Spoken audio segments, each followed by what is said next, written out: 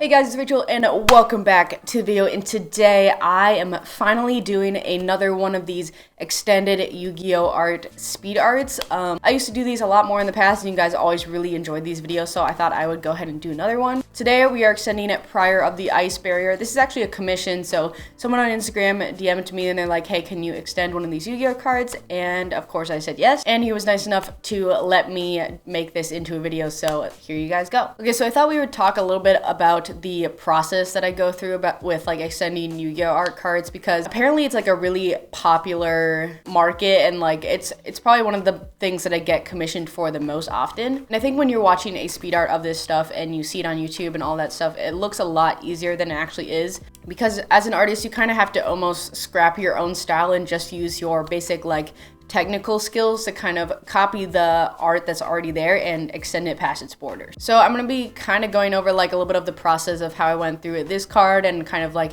the cards that I do in general. So yeah. So firstly, I just want to say that every card is different.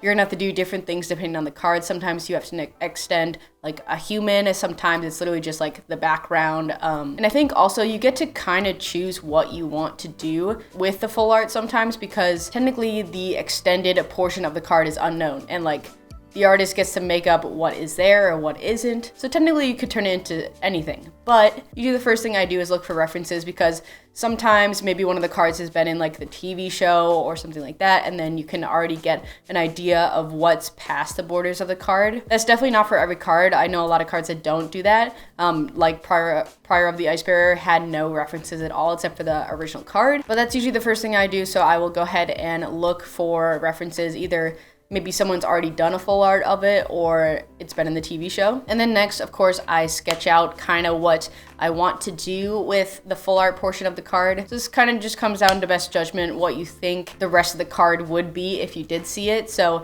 if there's like a cape going in the card, then I'm guessing the cape would keep going and it would end at some point. Like in this card, you can see that he obviously kind of ends a little bit under like the hip area. So I kind of just assume he's got the rest of his like robe going down and then his pants and stuff like that. So you can kind of assume what's going to be there. Also, when you're sketching out, be sure to look for like patterns and textures that are prevalent. So in the middle of his robe, you can see like there's this pattern that just goes straight down. So of course I had to bring that all the way down. Next, I go ahead and do the line work. So after I've done all of the sketching, I will kind of try to replicate the lines that are already there. And sometimes in Yu-Gi-Oh cards, there aren't even like lines at all. Sometimes there'll be like a little bit of a line and then it'll just disappear. You kind of have to just like look at the card and see what repeats itself, just different patterns. So like in this card, there's definitely a decent amount of line work. It's pretty thin lines too, but also it varied a lot in line weight. So sometimes a line would be super thin and then all of a sudden it would just have like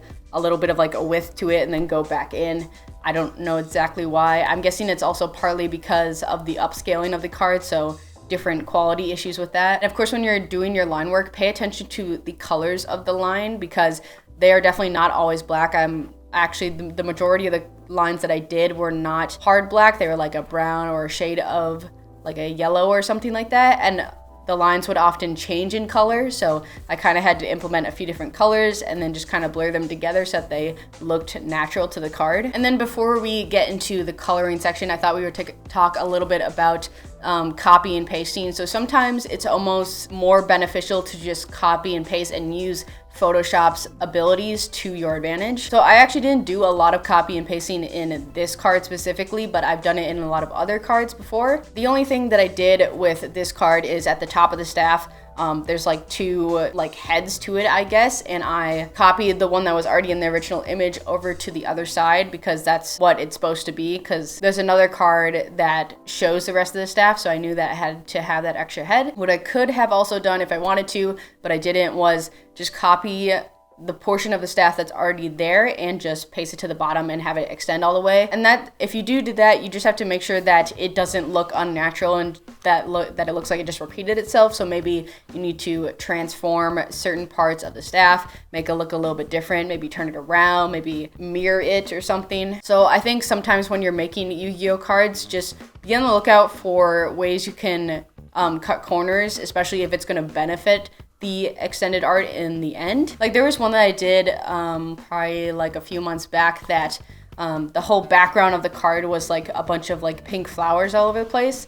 And I didn't want to have to draw all the pink flowers, and it would honestly probably wouldn't look nearly as good. So I just copied a lot of the flowers that were already there and then used Photoshop's like puppet warp and perspective warp to make them look a little bit different. Now for the coloring, this is honestly probably gonna be one of the hardest parts to explain because it's like one of those things that you kind of just pick up over time and understand when you like develop your technical skills. I find it usually pretty similar to just like painting. So when I'm coloring an area, usually I try to use the eyedropper tool, of course, and find a color that is pretty like prevalent across the whole part that I'm painting and is like kind of in the middle of like the highlights and the shadows, and then I'll paint the whole thing. So that's like my base color. And then I just keep using that eyedropper tool and just taking colors from the original image so that I can slowly develop the part that I'm coloring to look similar to the original part. This is especially important when you're doing part that is connected to the original image. And when you're doing that, you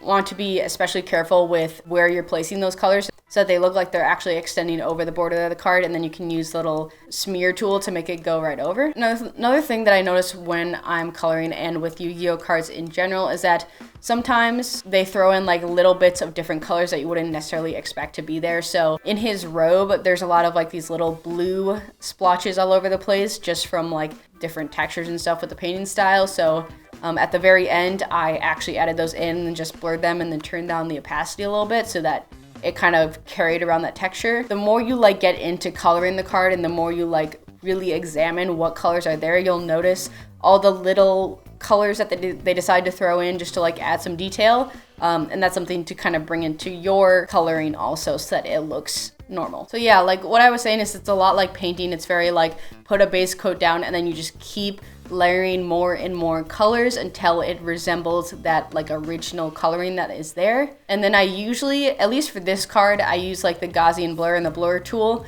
because the colors from the original card are never fully like just distinct and they all tend to kind of blur into each other and don't really have hard lines. So I always will use like the blur tool or Gaussian blur to kind of smooth them all out. And then for finishing touches, this kind of depends on like the card and like the portion of the card you're working on, but sometimes it's helpful to again take a certain part of the card and copy and paste it and then just like turn the opacity down so that you get like the original texture of the card. As an example, when I had finished like all the coloring, I wasn't completely happy with how the staff looked. So I ended up copying a portion of the original staff and pasting it onto my colored portion and then just like moving it around with the smear tool and changing its opacity and stuff like that to kind of bring in the original texture from the staff onto my colored portion, and it kind of fixed that issue. Also, don't be afraid to use things like the color balance tool or the exposure tool to mess around with the colors that you put down. So when I first did the pants, they were like super light and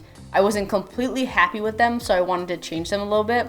So eventually I ended up using the exposure tool and turned them down, and they're a lot darker. And then I used color balance to make them a little bit more red because I think it matched the image a little bit more. So yeah, that's kind of like my process for Yu-Gi-Oh arts. I know it's really complicated to explain because there's so much that goes into it, and it's a lot of just like technical skills that you develop over time. Also, since I'm here and this tends to be a pretty popular art piece that I get requested for, if you guys ever want one of these commissions where I extend a Yu-Gi-Oh art card, you can DM me on Instagram or send me an email. All right, well, I think that is it for my whole processing work. Here is the original image of the card, and then here is the final product. Overall, this took me probably about 5-ish hours to complete. Definitely quite a project, but I'm actually really happy with how it turned out. So if you guys enjoyed this video and you guys want to see more extended Yu-Gi-Oh art videos, go ahead and leave a like, leave a comment down below, let me know what you guys want to see next on my channel, and don't forget to subscribe and turn on post notifications for more awesome art videos, and I'll see you guys next time.